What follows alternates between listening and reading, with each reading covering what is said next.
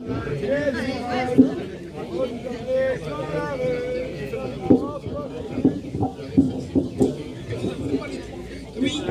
Bonjour, je suis Sandy du syndicat Sud du CHBS. Alors, communiqué régulièrement, le syndicat Sud Santé Sociaux du Morbihan alarme des conséquences du vieillissement de la population sur notre système de santé et tout particulièrement les hôpitaux. Aussi, quand d'aucuns entonnaient l'air de la sempiternelle grippe responsable de l'engorgement des services d'urgence, le syndicat y voyait plutôt des couloirs certes encombrés de patients sur des brancards souvent plus de 24 heures, mais des patients polypathologiques et surtout âgés. Le vieillissement de la population est une donnée essentielle à prendre en compte pour celui qui aspire à nos suffrages et entend gérer la chose publique durant ces 5 prochaines années selon nous.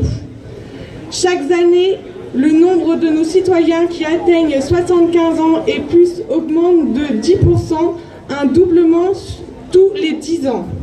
Nous ne pourrions que nous réjouir de cette évolution si les pouvoirs publics l'accompagnaient des indispensables moyens que cela nécessite. Nous ne pourrions que nous réjouir si nous ne constations une lente et régulière dégradation de la prise en charge de ces patients âgés, faute de moyens pour y répondre. L'espérance de vie augmente, nous posons la question de quelle espérance s'agit-il? Et pour quelle vie? Pour celui qui ne peut s'alimenter seul, faire sa toilette ou satisfaire à ses besoins les plus élémentaires sans une aide. Les personnels soignants des unités de gériatrie réclament plus de temps à consacrer à chacun des résidents. Le syndicat Sud, lui, réclame les effectifs qui permettront aux résidents de bénéficier de soins humanisés. Nous avons saisi les tutelles, ARS et Conseil général sur la question des moyens alloués à cette prise en charge spécifique et les avons invités à rendre visite à ces patients dans une unité de soins longue durée, les USLD. De son côté, l'ARS, contrainte par un objectif des dépendances d'assurance maladie, indécent, ne cesse de diminuer les dotations versées au titre de l'assurance maladie et les contrats pluriannuels d'objectifs de moyens. Dernière bonne idée, ne réglons pas le problème du financement. Notre syndicat continuera à s'opposer à toute nouvelle limitation des financements qui font déjà grandement défaut aujourd'hui. Le sort que nous réservons aux personnes âgées et dépendantes touche au scandale. Il est plus que temps d'y remédier en injectant les effectifs que nécessite cette activité.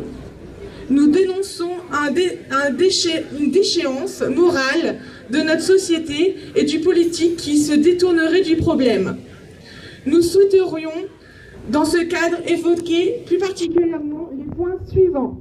Les inquiétudes qui restent les nôtres sur l'impact réel des modifications par l'article 58 de la loi d'adaptation de la société au vieillissement, quant à la tarification des EHPAD USLD et de la transition convention tripartite vers un régime contrat pluriannuel d'objectifs et de moyens.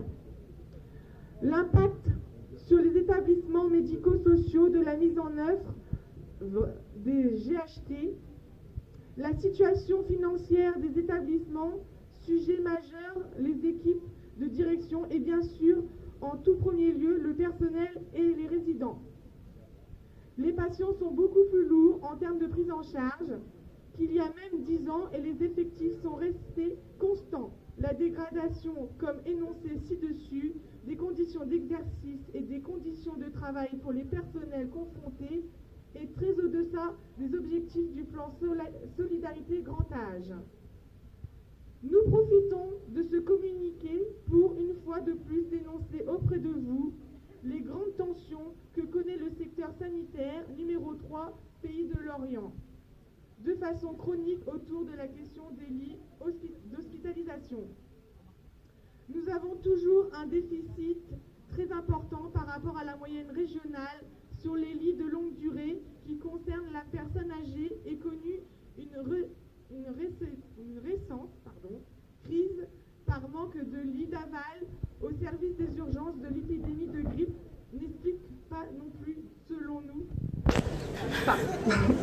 Dans ce contexte, la fermeture de 25 lits de psychiatrie, dont 5 à vocation gérontopsie, sur Quimperlé, est absolument insupportable et accentue encore un peu plus le scandale Lorienté. Merci.